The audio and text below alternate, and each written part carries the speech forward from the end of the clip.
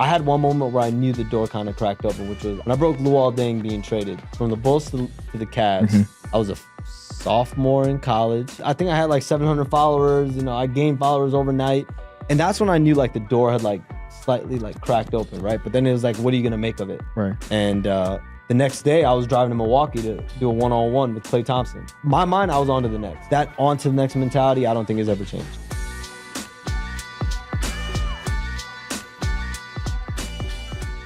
Welcome back to the Kenny Beecham podcast. As you can see, we are on location, man. We're not in the normal studio, and that is okay because we have a banger. Shams Charania of Stadium, of FanDuel TV, of The Athletic, decided to pop in on your boy and talk a little bit of hoops. And there's no better person to talk to 1 week away from the NBA trade deadline. Y'all know that's when he is at his busiest. So I hit him up. He said he'll come through, and he did. So before we get started, I just want to let you know that we appreciate you. Be sure to leave a like, subscribe. Shout out to Shams for pulling up on, 8 o'clock on a random day to just talk hoops with your boy. So just wanted to give y'all a little preface that it will be a little bit differently, but it's all in the sake of content. My goal is to try to get y'all as many interviews, especially if we can get them in person. And Shams pulled up as another Illinois boy, just take a little drive down to the stew. So let's get into it. Let's welcome Shams to the show.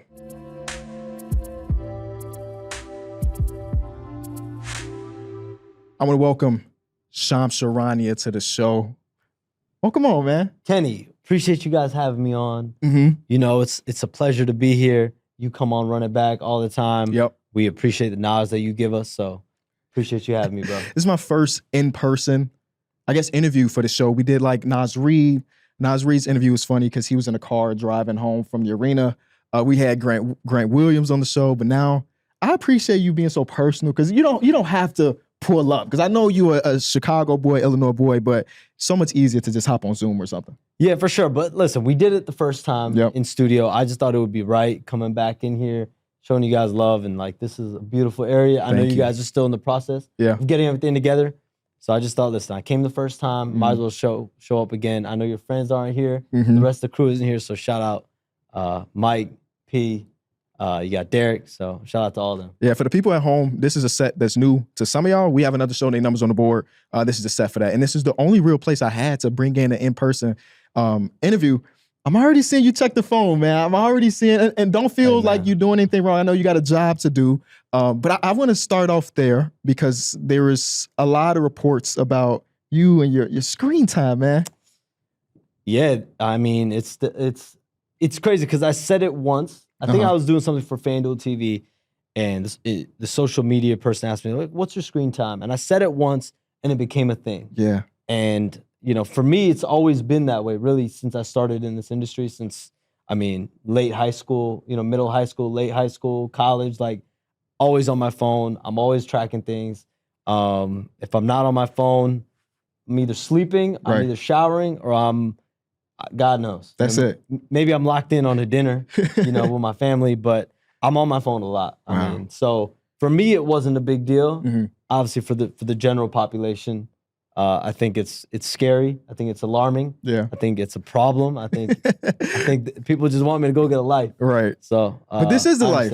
This is a life. This is life. Ball is life. Come on, I'm married to the game now. And you know what? I didn't, recognize how much you are actually a fan of the game more than just a reporter. Like when you walked in, you were telling us that on the way here, you were watching Pistons versus Cavs, a random game that doesn't matter, but you were locked in on that one. Got to be locked in. I grew up playing basketball. Then once you get cut, you know how it goes. You get cut. Like we got very similar stories. We all have NBA dreams. We want to go to the NBA, but then we get cut. And once I got cut, it's like I needed to figure out how to stay around the game. Like I knew I couldn't play. And, at that point, I wasn't thinking about being in the front office or doing anything on the NBA side. And I didn't really have any connections to players. So it's like the agent route can't really do. Right. So for me, it was like I can write really well. And my teachers in school told me to write and to pursue my passion. And so I just put writing and basketball together and tried to make the most of it. So I grew up loving the game, grew up loving basketball. And honestly, even beyond that, like I think about the fans that I'm catering to now, like obsessed with news, obsessed with, but not only like transactional stuff, but like what's really going on? Like what's going on behind the scenes with this team? Like when the Lakers are struggling, what's really going on here? What's going on with the Warriors? Like taking you a lens further than just what we watch on TV. I was always gravitating toward that. I was Right. always trying to read up on that. So to be able to be someone that can provide for that, I feel like I'm only just quenching my own thirst. You know, like I'm only feeding my desire and my hunger. So I enjoy it. You have to love it. Yeah. As you know, Kenny, this is a passion for you, right? Yeah. So this has to be a passion. This has to be something you like live and breathe every day. And you know, I know you're fortunate to do what you do. I feel like I'm fortunate to do what I do. For sure. We're going to get more into like the career aspect. But I kind of want to talk about some stuff in the NBA because that's what this is, an NBA show.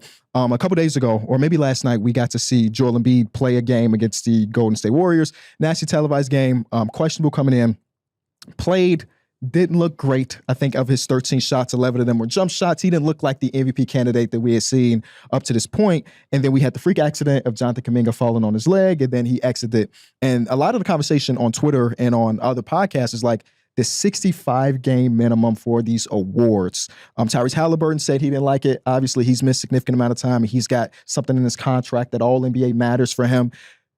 You as the fan, not as the reporter, how do you feel about the 65-game minimum for awards?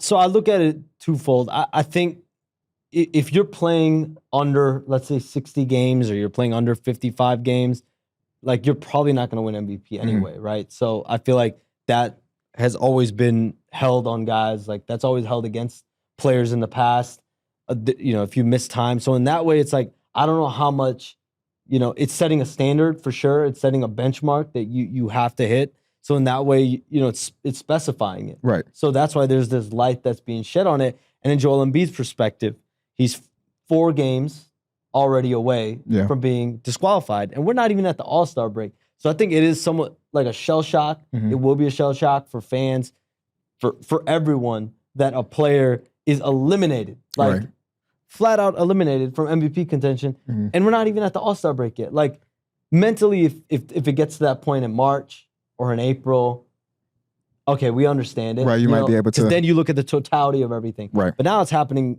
before the All-Star break. And I think that, for sure, this is the first year this has been enacted. I think it's definitely alarming for some people. But I think it evens out anyway. I think Joel Embiid, like, for example, let's say this absence that he has, he's getting a bunch of tests. By the time this comes out, we might know how long he's going to be out. But there's got to be a level of concern.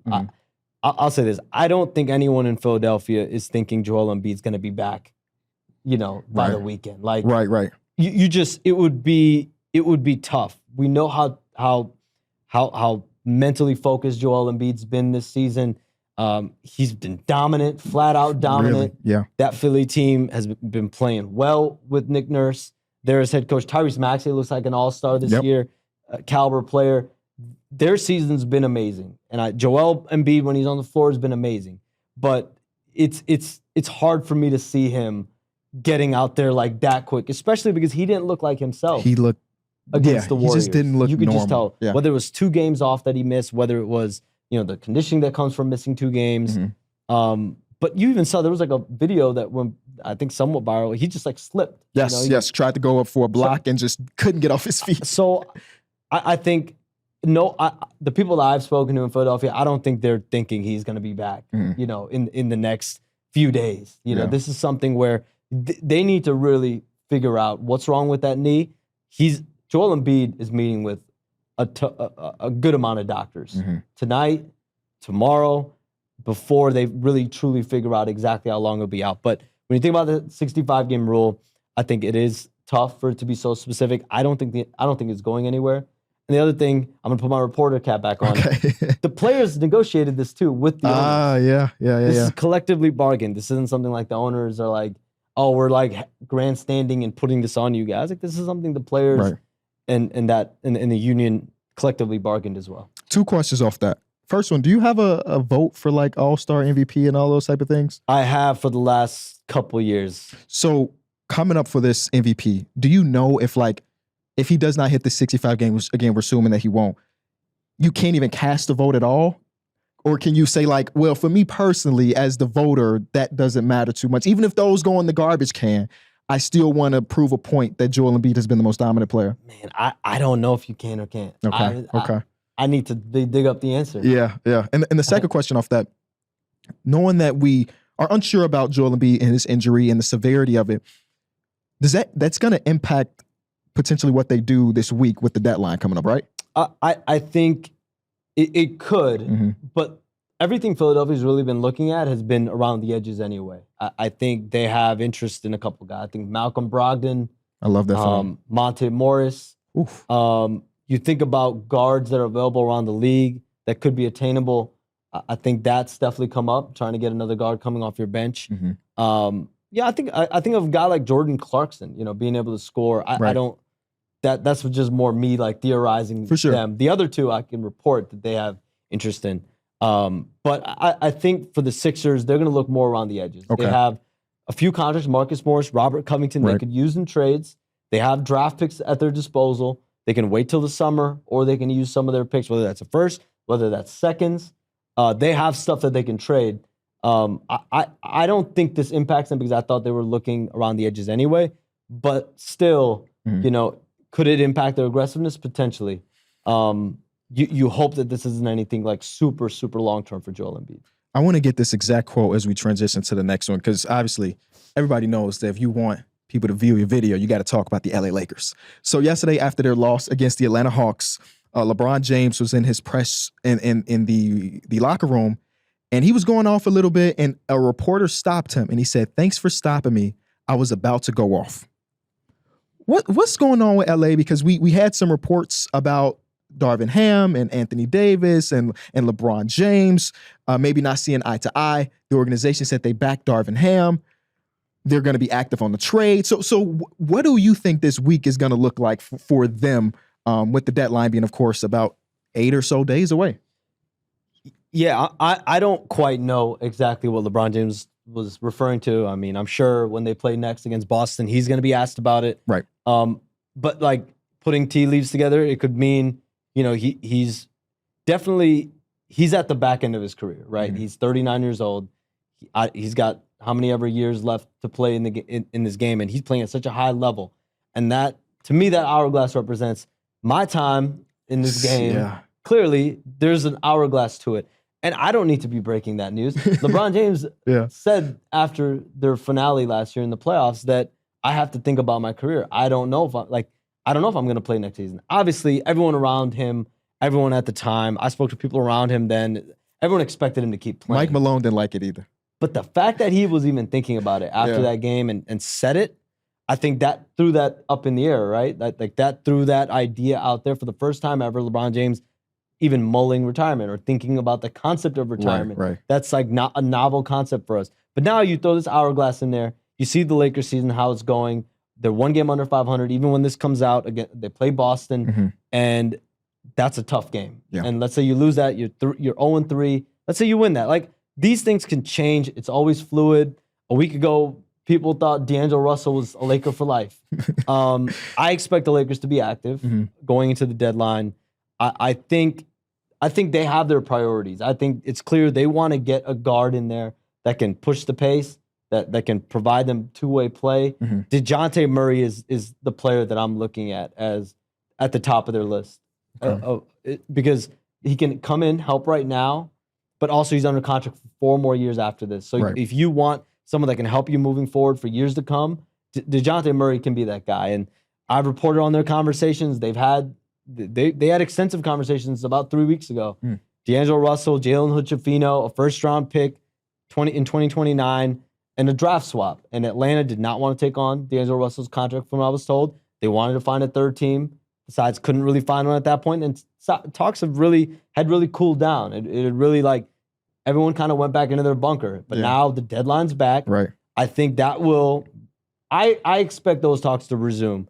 But another scenario I think to keep an eye on is, what they did last year at the deadline was they got a bunch of role players, and they got players to fill different needs, and then we saw them go on this run. You look at the Brooklyn Nets, they have Spencer Dinwiddie, Dorian Finney-Smith, and Royce O'Neal. So you think about if you can inject your team with those 3 players, fill 3 different spots, a starting point guard, you got a starting 3 potentially in Dorian Finney-Smith, you got Royce O'Neal coming off the bench as a 6th, 7th man. If you can trade, a D'Angelo Russell and a couple other contracts, and you can throw in a pick, like, that's a scenario I'm told, that they're at least looking at. Right. And so I think that could be a conversation going into the week. Tyus Jones is a player to keep an eye on with the Wizards. So they're definitely gonna be in the fray, in the mix on all this. Right. The question is, can they get a deal done? Right. I like the Brooklyn package that you just mentioned. I think it provides some of the things that they're lacking. Everybody at home knows that the Lakers are one of the poorest three-point shooting teams. They don't get a lot of attempts up and they don't hit them. A few of those players, I know Spencer Dinwiddie maybe not so much. A few of those players definitely can provide some of that stuff, and it would be interesting to see them do it again where they're more going role player route versus going to get a potential star and like DeJounte Murray. So I like that. One of the things we do on this show is a segment we call Ask KB, where I ask the people at home to give me questions they want to see answered on the show. I let the world know that Shams is on the show, so give us Shams specific ones or ones that we can answer together. And this one comes from... You know we love the people now. I love the people now. I will say, of the 600 replies I got, 90% of them was like, ask him if my OKC Thunder are going to make a trade right now. It's stuff like that. So I didn't want to put you on the spot to maybe do something like that. So I took those away. But if you do want to talk about some stuff like that. We can talk about it. Okay. We can talk about it. I think everyone thinks, are the Thunder in the market to use all their draft picks to go get a high name, high end player. Mm-hmm. I don't think the Thunder's trade deadline priority is getting if we're talking about a top tier player, I don't think that's their priority. I think they want to see this core, this group that we have right now, that they have right now. Mm-hmm. Josh Giddey, Shai Gilgeous-Alexander, Lou Dort, Chet Holmgren, Jalen Williams, aka J-Dub. You got the other Jalen Williams coming off the bench. You got Kenrich Williams coming off the bench. Casey Wallace, who made rising stars, coming off the bench. That's 8 players right there. You got Isaiah Joe, make that 9. Yeah. Aaron Wiggins, make that 10. They got a nice roster. Yeah. Now, the one thing they could use is size. Yes. I have heard that they're a team that will at least look into veteran big man play. Now, who that is, we'll see. Right. But I do think if there is a position of need, if there is anything that other teams view them looking into, it's that. The first question we have that's unrelated to my individual team is, how does Shams know he has a reliable source? How often does he turn down a report because he doesn't fully trust the source? So these are all questions that I grapple. You have to grapple with on a daily basis. Yeah. I think weeding out the BS is probably 98% of what I do now, right? Because you hear so much.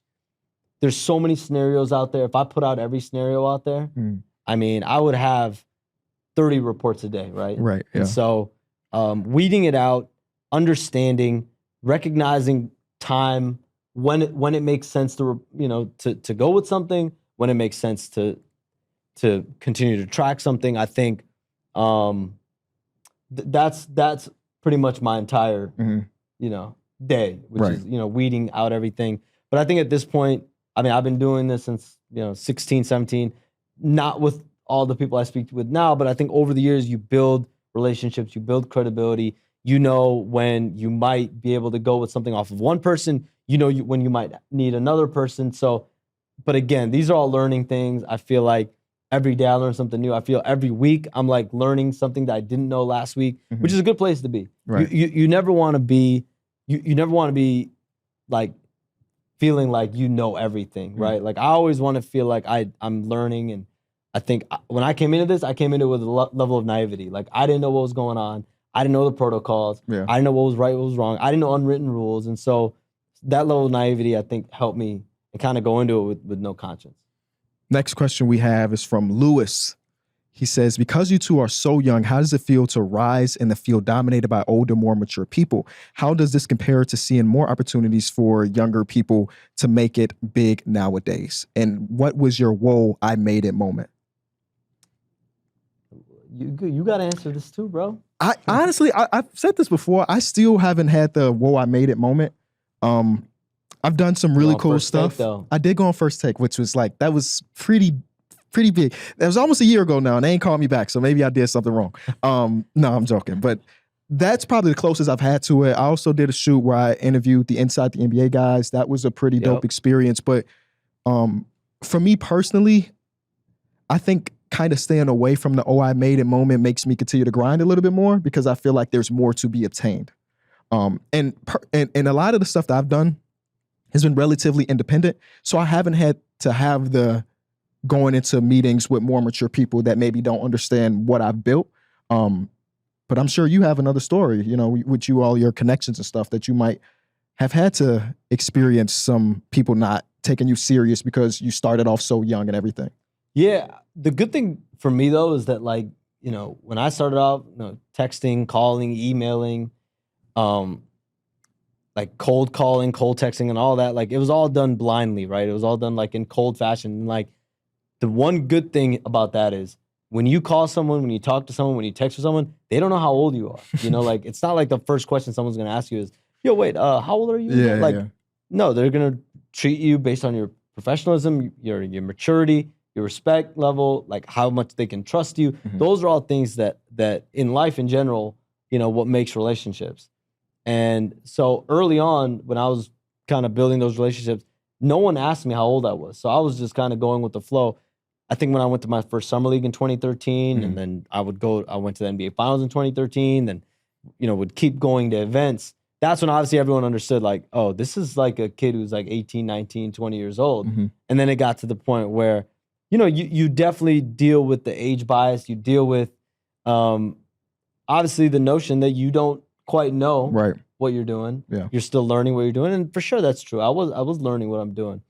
But I don't think that takes away from the hunger, the drive, the personability, how you treat people, the humanity level. Like, those are all things that it doesn't matter how old you are. If you either have it or you don't. Right, yeah. And so I definitely think for me that those are all big things.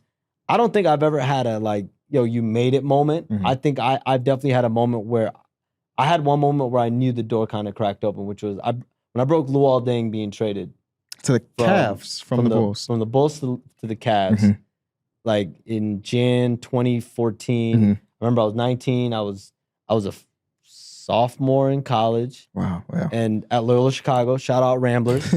shout out the Ramblers. Sister Jean. Much love to Sister Jean. I remember that was something. I think I had like 700 followers. I gained followers overnight, and that's when I knew, like, the door had, like, slightly, like, cracked open, right? But then it was like, what are you gonna make of it? Right. And I the next day I was driving to Milwaukee to do a one-on-one with Klay Thompson. So wow, yeah. Like, my mind, I was on to the next. Yeah. And, like, that on to the next mentality, I don't think has ever changed. Yeah. See, I can relate to that because we did I'm trying to figure out exactly what shoot this was. We did a shoot in Studio J a few months ago, and this was all of the guys. We're in suits. We shoot our show, and I was like, "What's next?" We had just got off the set. I was like, "What do we have next?" Not saying I didn't appreciate the stuff that we had done in that time, but it was like, okay, this was a dope moment, but how do we capitalize? How do we make more? The next one comes from Grow Bags. You recently dropped a little mini hoop mixtape. You're at the gym, hit a couple buckets. This is a summer drop. It might have been the summer. Have you been back in the gym since then? Or now that you're in season, it's a little bit tougher? It's definitely tougher in season, especially right now, trade deadline time. Right. I'm definitely not in the gym right now, but at your peak though, player comp. All right. Who's the player comp? Actually, I was playing 5-on-5 last time. I think I played 5-on-5 was November. Okay. November. I played 5-on-5s. Player comp. Listen, like at my peak, I would be arrogant. I would be cocky if I said Steph Curry. So I'm not going to say Steph Curry. I'm going to give you two. Okay. I'm going to give you two, and this is getting in the weeds. Patty Mills. Okay. And then the other one's a Chicago guy, someone that I grew up watching kind of. I'm not going to say Derrick Rose. Gennaro Pargo. Gennaro Pargo. Because I just think about two guys, they're not known for their ball handling. Right? Like, I wouldn't say I'm a good ball handler, but they can both spot up and shoot. They can both dribble when needed. Right. Get to your spots when needed, set up the offense. And I think I'm good for that. I think I'm good for setting up the offense. I think I'm good for shooting. Definitely wide open shots. I can do my thing when I'm at my peak. Right. And, neither were overly athletic, but super, super effective and got the job done. Have you ever did runs with like other players or people in the industry? Great question. Or is it just more local?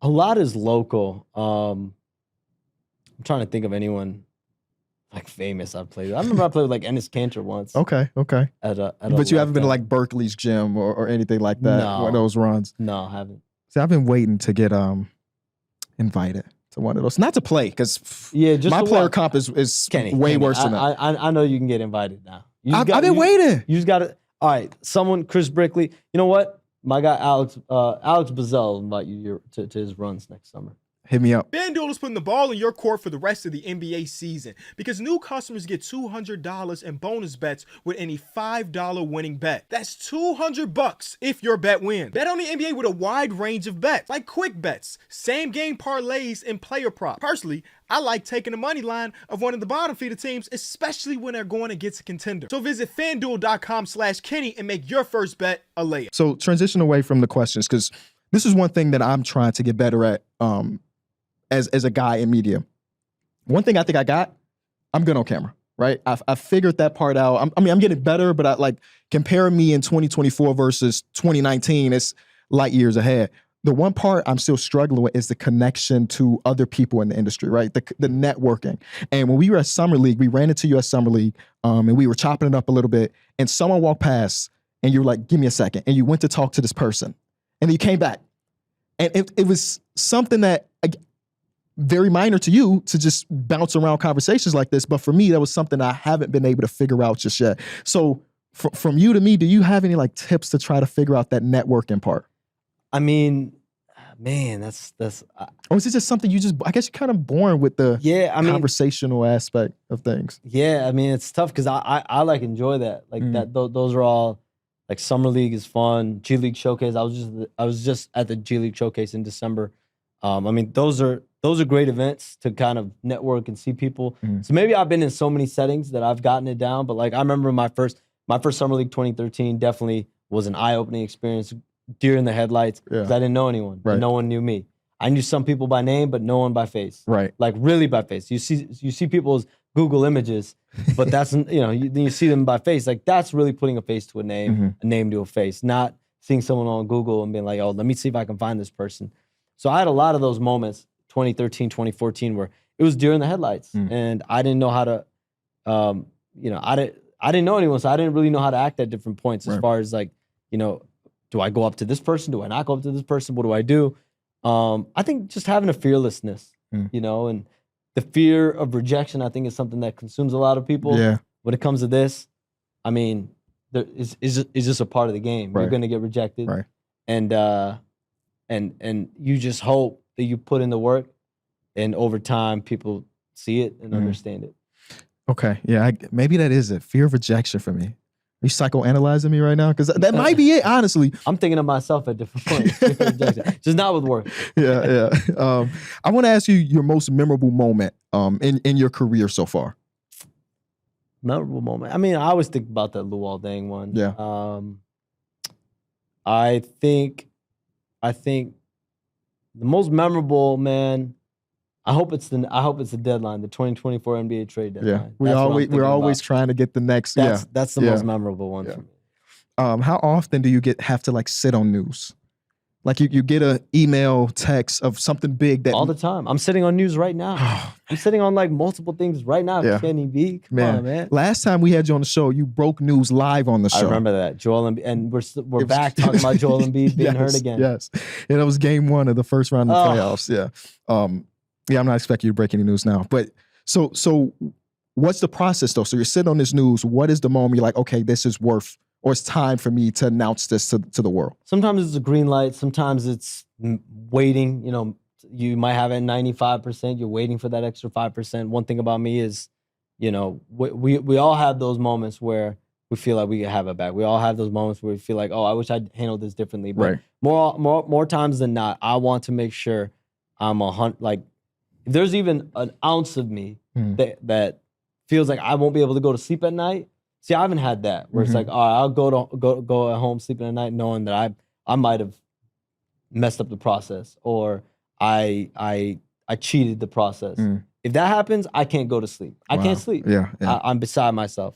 But if I know I handle the process the right way, I trust the process, for lack of a better term, then I know I can go to sleep at night and I know I did the job right. This is one from my wife. She said, what is the best and the worst part of your job? Because because of me, she's obviously tapped into basketball as much as the average sports fan, and she knows who you are. And she knows that when things are going down, you're in the weeds and you're in the know of it. And she also read the article that was mentioned in the 18 hours of screen time. So she was just very curious. She's concerned. She's a mom now, and maybe she's got a concern. She's an instinctive person. Yeah, And anytime you're a mom, by the way, we love moms. I love my mom. For sure. So shout out to the new mom. What's her name? Suzanne. Shout out Suzanne Beecham. Yep.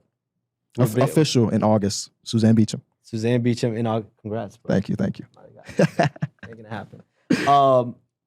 The best part is probably just living out my fandom. Like living out exactly what I set out to. Like if I wasn't doing this right now, and if I was a doctor right now, if I was whatever I was doing right now, I could managing a store, like anything, whatever I was doing, I would still be obsessed with this. I would still be obsessed with the NBA. I would still be obsessed with tracking what's going on. I'd be watching you talk about, why the Lakers are struggling, why this is happening there. So for me, it's like I'm living that out. That's probably the best part.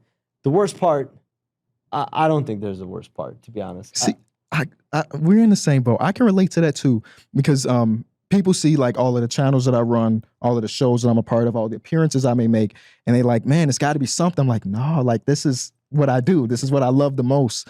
So I can completely relate to that, man. It's similar to what you said. When you have an opportunity to live out your dream, it's something that the way I look at it is that you can't take it for granted, because there are so many people out there that don't have that opportunity. So I try not to also cut edges on the things that I do, because I want to make sure that what I'm producing is up to the quality of my liking, and to be happy about it, and make other people happy through the content. You know what I'm saying? Man, people watch, people listen. I think that's a great point you make right there, is like shortcuts. Is you don't ever want to take shortcuts. And I think you being so young, me being so young, I think there's a tendency, and I feel like I have to catch myself sometimes of wanting to take those shortcuts. I mean, because it's human nature. Like you want everything so fast. I remember when I was 24, 25, 26, like I wanted everything. I wanted, you want to be the best. You want to do everything. You want to do this. Like you want to do everything. Yeah. And I think sometimes taking a deep breath, taking a step back, I still have to catch myself to this day. Like every couple weeks, every couple months, there's always that moment where I'm like, yo, relax. Take a deep breath. Yeah. Like just relax. Right. And so I think those are things that are just natural though, especially when you start in this young and kind of hungry as you are. I want to play a little game, and this is for my boy Greg out there, so we can get we got to get the short form content. All right? Let's do it. Always. The likelihood that this team makes a trade coming up this deadline. First team on the list is my Chicago Bulls, formerly your Chicago Bulls, but you've got rid of your fandom completely, right? Yeah. Once I started doing this, I'm a fan of the stories, like the stories that I'm working on. Right. I'm basically what I'm saying is I'm very focused, self-centered. Right. In terms of self-centered in the way of like whatever I'm working at the Athletic, whatever I've got going on at Stadium, whatever I've got going on at FanDuel TV, like I'm locked in on all that. Everything else, obviously you're watching. And you're a fan of the league. You're a fan of what's going on here and there, but I'm locked in. Right. You got out at the right time. Got away from Bulls fandom at the right time. Friends, though. I have a lot of friends. So the likelihood that the Bulls make a trade, I say, I'll go 50-50. Okay. Like I will say I think it's a 50-50 chance. I think the Bulls phone lines are open. They're open for business. Zach LaVine, obviously the player that they are taking the most calls on, that they're making the most calls on. I think they're being proactive when it comes to finding Zach LaVine a trade home. Now, will it happen? That's the question. Right. 3 years, $140 million left on his contract a lot of after money. the season, with a player option. So Zach LaVine, he's got an amazing contract, and they're gonna be open, and I do think they're open. Like if a team calls them and gives them a substantial offer for DeMar DeRozan, they're going to have to listen on that as well. And I do think they want DeMar to be in Chicago. They've discussed an extension with DeMar DeRozan. They made offers to DeMar DeRozan for an extension. They have not reached an agreement on a deal. Besides, as of my reporting last time I spoke on this, we're not really close on a deal. but their phone lines are open. They're open for business. We'll see if anything gets done. I hope so. 50-50 does make me feel great, honestly, as a fan. I have read something that the Bulls have made the least amount of trades since 2021. And the one trade that we did was to trade some second-round picks to get a second-round pick in the 2023 draft class. So, and Julian Phillips has looked pretty nice this last couple of weeks since we've been so injured. So 50-50, I'll take it. And I'll just hope that once the day comes, that coin lands on the side of, yes, we make trades. The next team, a team that we've mentioned a little bit earlier, the LA Lakers. The LA Lakers. What percentage chance?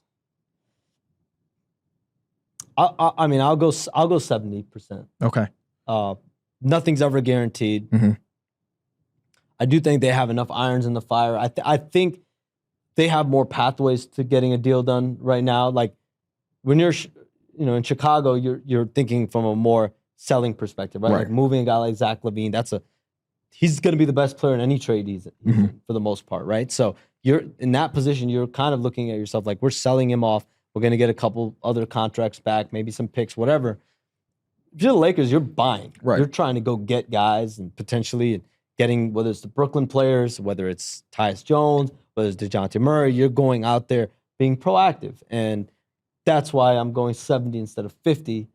And I do think the DeJounte Murray trade, there's a framework there that you can get to. Now, will they get there? We'll see.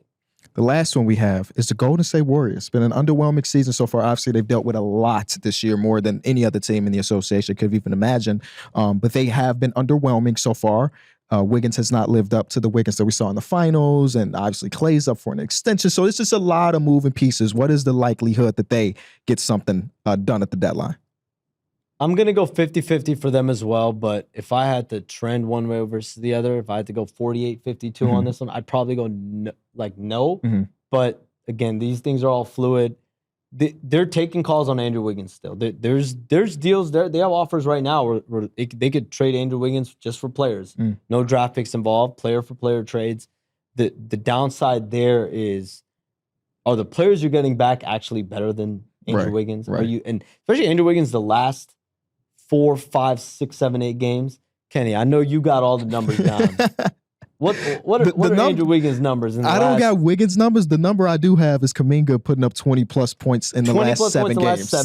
Yeah. I think over his last 10 games, Kuminga's averaging 21 points. Definitely shooting it amazing. It's like 63% from the field, 50% from 3. It's like 3 times every game. 24 games in a row, he's scored double digits or more. He's looking really, really good. And that's the reason I asked, just because he's playing so well that it's like, okay, we have to open up more opportunity for him because Andrew Wiggins, let's see. See, this man is an NBA fanatic too. He pulling up the stats live on the show. Like that's the way it is. We're making it happen. Let's see his numbers. I mean, shooting the ball better, 49% in January, 34 from 3. Obviously, minutes down. That's better than what it was a month ago, 2 months ago. We saw him the other night, though, when he was playing. I think Draymond Green has unlocked a lot. Yes. Because he's allowing Jonathan Kuminga and Andrew Wiggins to play next to each other, and I think that's a positive sign. But we saw Wiggins against Philly, 23 points, 5 rebounds, 4 assists. Against the Lakers in that 1-point loss, 22 points, 5 rebounds, 3 assists. That was a great game, too. And he's shooting the ball efficiently in both games. And then against the Kings, they've had a tough run here. Yeah. They've lost 2 of their last 3, but those 2 losses were about single 1 digits, point right? each. Yeah. 17 points, 4 rebounds, 4 assists against the Kings. Again, very efficient from the field. So the good thing about them though is that their schedule's about to get so much easier. I think they've had one of the top 3 hardest schedules in the league. Yeah. So it's going to get easier, Warriors fans. This is a matter of if you do anything. So that's the thing with me is are you going to get a deal for Andrew Wiggins that makes you a better player? And to my knowledge, I haven't gotten the sense that Joe Lacob has given instruction to that organization or the front office to start shedding money. Right. Trade guys just to trade guys. We want to save money. I haven't gotten that sense yet. Deadline's still a week away. They're going to get cut. They're still, I think I said it 2 weeks ago. Everyone but Steph Curry, they will take calls on. Right. If a team blows them out the water for anyone else, they'll listen and they'll have to decide whether to act on it or not. In the past, obviously, we've never even discussed the concept of trading Draymond Green and Klay Thompson. Yeah. So now this is for the first time in this dynasty run that we've seen that you have the concept of Klay Thompson being available in trade. And that is interesting because they did offer him an extension before the season. Both sides decide, let's play it out. Klay Thompson wanted more, and now the sides are kind of just playing it out. But the Warriors want Klay Thompson to be there. They want him to retire a Warrior. We'll see if it happens. Before we get you out of it, because I know you're a busy guy and it's late, we got a late film session. I want to ask you, what do you see the future of sports media in general gravitating to? Like what is the next thing? Because Kenny, I think you're the future, bro. I think you got. I think what you do, you know, in terms of the on-air stuff, and I didn't start doing video until I was writing, I think 2010, 11. I didn't even do video until I was at Yahoo in 2015. And when we were doing video, it was very sporadic. Now, you know, the big thing for me was going to Stadium in 2018. Right. Jason Coyle, the CEO, when I met with him, like the hunger that he had, like the drive, the passion, the desire, like he wanted to cover the league at a high level. He wanted me to get as many reps as possible. And I think I have to give them a lot of credit for allowing me and giving me the platform and giving me the space because I needed work. I know my strengths. I know my weaknesses. I think I was A+ writer. I think, you know, doing the job, I was learning, getting better every day. But video-wise, I needed work. And I think reps are the only thing that can get you to that point. Yeah. Spending time. So, you know, I think being able to do video is a game changer for sure. So I do think on air might be a big part of the future as far as being able to get your thoughts across, being able to get your points across. That's just another medium for you to, you know, for me to report. Yeah. Speak on different narratives and different points. Speak on different themes that I see around the league. And for you, I mean, you got the numbers, you got the opinions, you got the takes, you got the lens around the league. Trying to. You watch every game. So I do think video has to be a big part of the future. I like that. Well, we want to thank you again for stopping in the studio. I'm honored. Whenever you want to come back, hopefully we'll have the rest of the studio furnished because for the people at home, it's really just this room that's furnished. But we have other sets built eventually. So whenever you want to come back, just let us know. Listen, I'm honored to be here. I appreciate you guys having me. We definitely got to do this again, man. Let's do it again. Thanks, Kenny.